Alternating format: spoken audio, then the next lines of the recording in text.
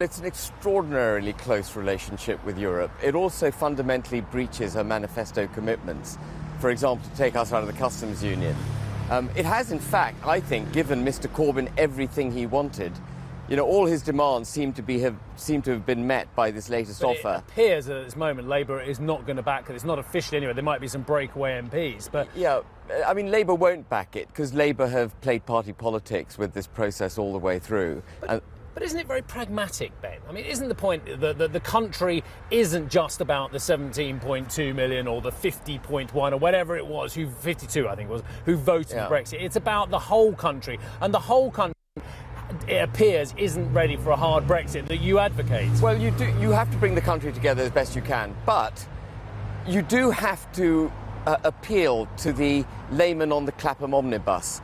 You know, when he looks at the deal, he needs to know that this is a country really genuinely taking back control.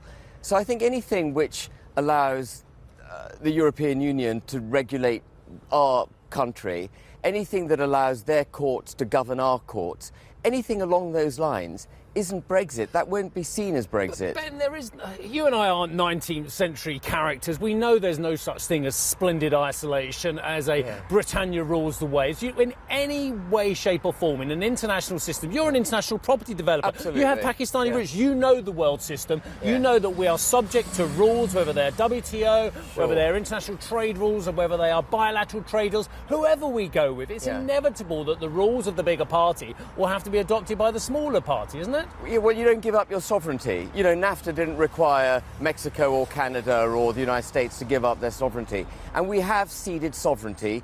We've slip-slided over the last 27 years since Maastricht. We've slip-slided into giving ever-increasing amounts of our sovereignty away. And if you look at what the central principle of the European Union is, it's ever closer political union. Mr. Macron wrote a letter a few weeks ago in which he talked about the need for reform in the EU.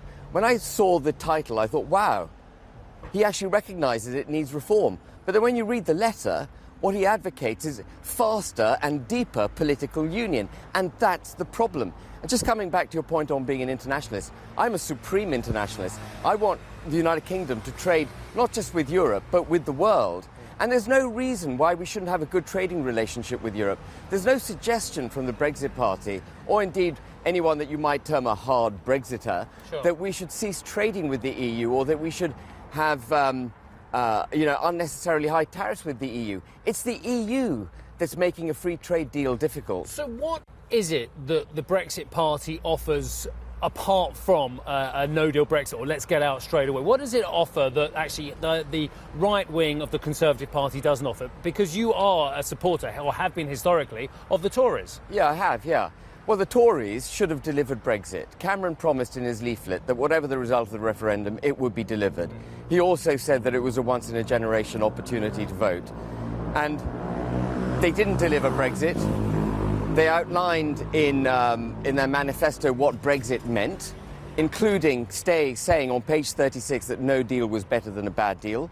They came up with a deal that Parliament rejected 3 times, so I think it's safe to say that was a bad deal. If a harder Brexiteer becomes the UK Prime Minister, which we can all see a route to that potentially, and Mrs May looks like she's in a political pickle yet again at the moment as well, and whether she gets her withdrawal agreement bill to the table remains to be seen as well.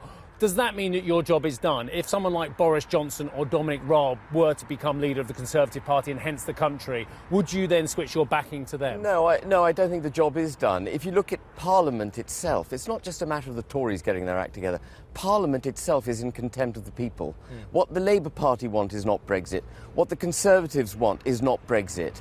And I don't think the Conservatives are going to be able to get their act together.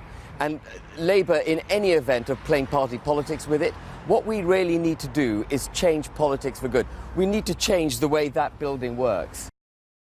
Hi, I'm Joanna Bersecci, and thank you for watching. You can check out more of our videos by clicking on the boxes on the screen.